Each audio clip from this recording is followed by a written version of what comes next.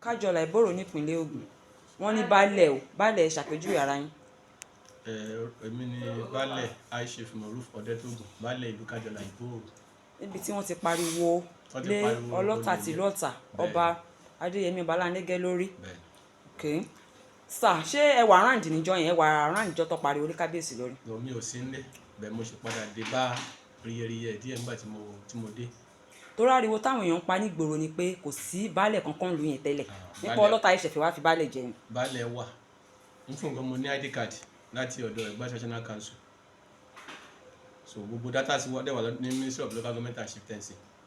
Wọ́n wá sọ pé torí pé Aláké ló fi ń jẹ Baale ní pé Aláké ló wà nídìí ariwo tí wọ́n parí Olota lórí. Kò ṣeé ṣe kórí adé sọ fún pé kí àwọn ọmọ kan tàkùn sórí adé ẹgbẹ́ ẹ̀, ṣùgbọ́n tí nǹkan bá ti ṣẹlẹ̀ oríṣiríṣi náà lèèyàn máa gbọ́ torí pé wọ́n mọ̀ pé Aláké ló fi mí joyè, so ó dẹ̀ ṣèṣe kán wò pé pé Aláké ló ń ti àwọn ọmọ mi lẹ́yìn pé kán ṣe báyìí bẹ́ẹ̀ kò rí bẹ́ẹ̀.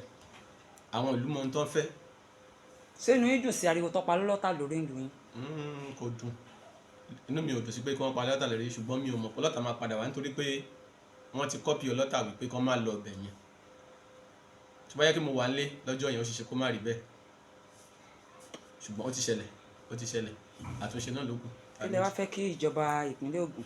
A fẹ́ kí ìjọba ìpínlẹ̀ Ògùn bá wa pe Olota, so possibly kan pe bàbá Aláké torí tí irú ilé ìbá ti ń ṣe tó ti di pé orí adé méjì ń forí gbárí, so wọ́n níbi tí erin méjì bá ti jà ní koríko bẹ̀ ni ò ní gbórí mọ́, a ò dẹ̀ fẹ́ kí irú ẹ̀ ṣẹlẹ̀. Ẹ ṣé gan.